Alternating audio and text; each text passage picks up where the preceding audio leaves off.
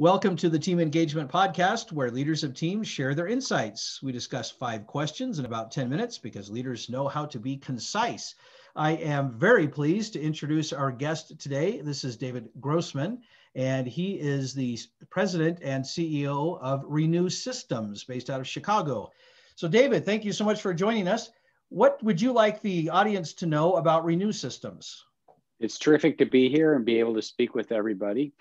So Renue Systems, we are a very specialized company, 30 years old, that started out as a general cleaning company, learned very quickly, it's incredibly competitive. So we decided to focus. And in our case, we focus on specialized projects for the hospitality industry. We developed some really good expertise and some very nice relationships to the point that we are preferred vendor with most of the big flags out there. And we now have about 30 offices across the US and several overseas. So we're looking to continue to grow geographically as well as organic growth. And important to know is that we are actually primarily a franchise system. So we operate the location in Chicago, but the rest are franchised. And we train and find and then train folks that come to us with a wide variety of backgrounds, but with the commonality that we think they're a good fit for us. So we're always looking for folks out there that might be interested in learning more about becoming part of our company. Oh, that is great. And I like the fact that however many years ago you guys realized you needed to focus a little bit more. That's, I think, for a lot of people starting a business, that's one of the most important parts, is trying to figure out how to narrow down to exactly what you're going to do. So great example. Great. All right. Well, David, thank you so much. Let's go ahead and jump right to the questions. Our first question, share with the audience an example or maybe an experience that you've had of collaboration within a team. Sure. Yeah, great example was the beginning of the pandemic. So we had a great year in 2019. We're off to a really strong start in 2020.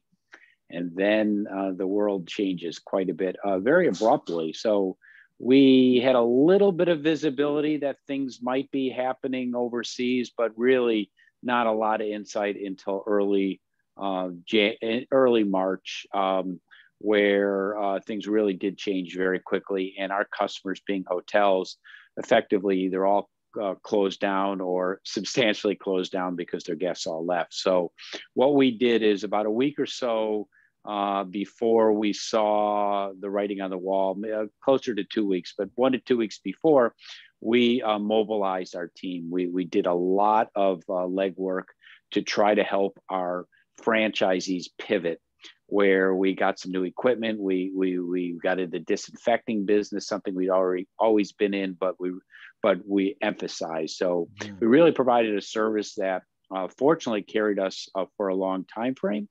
And we also, the other thing we pivoted on was customer base, is that mentioned the hospitality industry is our primary customer, but we were starting to pick up and saw the opportunity to pick up a lot of non-hotels, especially because of this disinfecting service. So we started to see the writing on the wall. We came up very quickly with what we thought and hoped would be a solution, and then communicated, put into place a plan and communicated that very heavily to our team out in the field. And that did help. And the heavy communication back and forth really helped our offices, but also helped us prepare and guide our offices. Well, that's a great example, and especially something that's, even though it's been over a year now, it's still resonating with people about the pandemic and the need to kind of adjust and pivot, as people say, and trying to figure out, okay, what do we do now to make sure that we can stay afloat? And great example. That's a great example. Question number 2, I hear from other leaders of teams that it can be a challenge to measure engagement. Tell me your thoughts. Yeah, it sure is, particularly when you have many offices, or even nowadays, even if you have one office, in many situations, very few people are going to the office. So the engagement is key. I guess I'd start at the beginning when we started meeting with our franchisees, and even also my employees, is we try to spend a lot of time up front, even before they join us. And then when they do join us at the beginning, to get to know each other well. and get to know how they interact, how we interact with them. So establishing those personal relationships are helpful.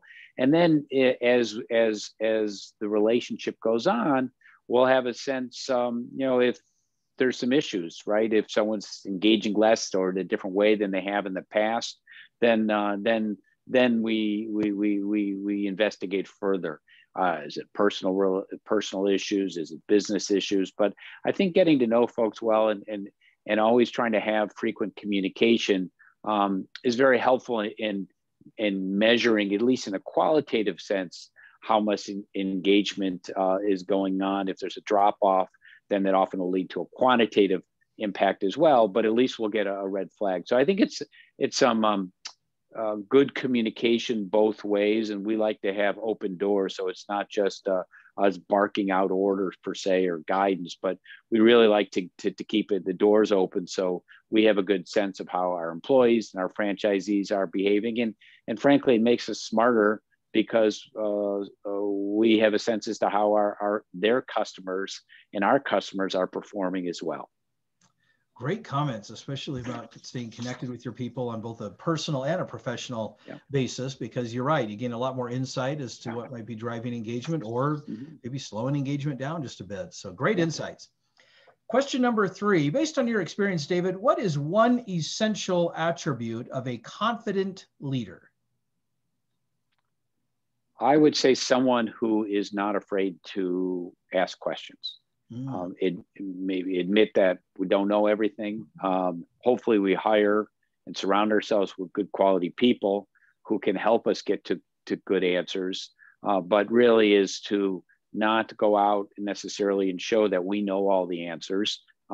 Maybe we know how to make decisions, but we don't always have the right answer. So getting input from a lot of people, asking questions, not being afraid to admit that we don't initially have all the answers, but then try to form a good decision-making process where we take input from a lot of folks when we have time to process the decision. So asking questions. Now, there are some situations, the pandemic, again, was a good example where we had to make very quick decisions and didn't have time to gather a lot of information and ask necessarily a lot of questions. But when you do have the luxury of time, then I think it's very important to ask questions of your team, of your outside team, suppliers, customers, and other experts.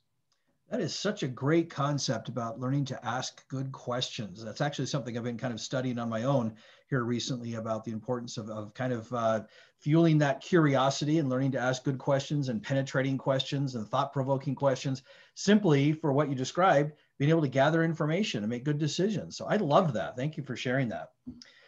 Question number 4, is there a person that you'd like to recognize that has made a difference in your life? Yeah, this is a person that probably is not known to the audience, but is very important to me from a professional perspective. So it's a man named Ken Levitt, he is the father-in-law of my sister. And so why do I say that?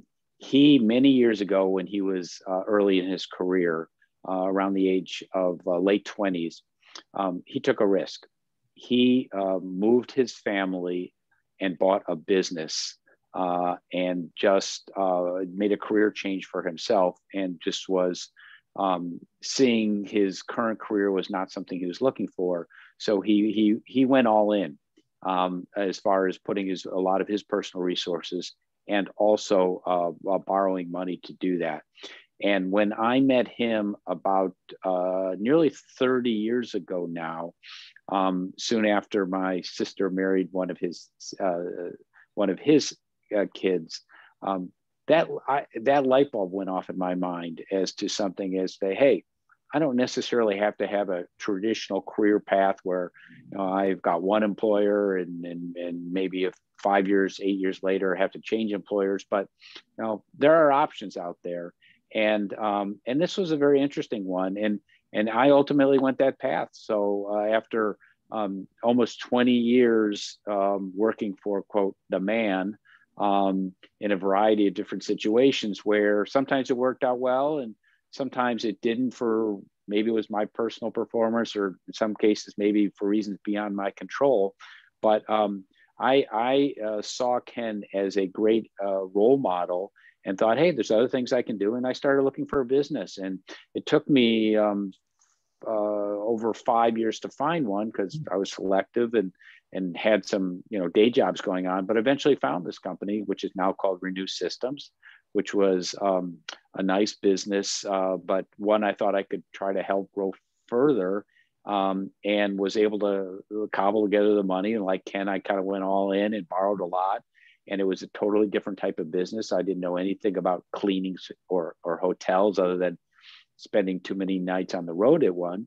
But it was one that I met a lot of my criteria, and ultimately was able to cobble together the money to purchase it, and then never look back. Just put my head down and got to work along with my team, and don't regret that decision at all. Even though, especially the early days and last year during the pandemic, it was very challenging. But I don't regret that at all, and I don't think I would have made this choice without meeting Ken, because he gave me the idea that there are alternatives out there. Unfortunately, I was able to make that change. Thank you so much for recognizing Ken. I love that story, because you're right. There are so many different pathways and avenues that people can take in life. And sometimes we need someone to kind of say, hey, there is a different way that you can consider. And so I love that. That's a great story. David, our last question, tell us a little bit about your first job. My first job was when I was in high school. I was a vendor at Wrigley Field. Oh. So I sold peanuts and, as we say in Chicago, pop. And my last year, I was able to graduate up to hot dogs. So great way to spend the summer, and actually made some pretty good money. I would say there are two types of folks. Some folks that went there to kind of just go there and watch the games. And my brother will admit he was one of those, and make a little bit of money when they can. But I actually worked pretty hard and made some good money, and learned a lot of things about sales and interacting with people and hustling. And then the last two innings of the game, I could just sit back and watch. So it was a great way of spending the summers, making some good money and learning some interesting things. And I always love, especially early in one's career, getting out and doing some blue collar physical labor. That is great. You could probably tell from the background here, I'm a big baseball fan, so I'm rather envious as I'm listening to it, hear your story, thinking, wow, how much fun would that have been to be able to be at the game and in that environment? I love that. That's a great one. I love that. Thank you. Well, David, thank you also for being on the podcast today. How can people find you? Website is renuesystems.com, and I'll spell that. It's RENUE. So RENUE systems.com. Lots of information on our company, and my contact information is there. Again, David Grossman, I head up the company. I'm more than happy to talk to you, obviously, about Renue, but just more general business, anything we talked about today, franchising. More than happy to speak with any of you. So I look forward to that, and have had a lot of fun doing this. Well, thank you very much. This is Sean Richards with the Team Engagement Podcast, where leaders of teams share their insights. For more ideas, go to teamengagementpodcast.com. Again, teamengagementpodcast.com. And we encourage you to subscribe to the podcast, as well as check out the videos on our YouTube channel. Thanks so much for joining us, and have a great day.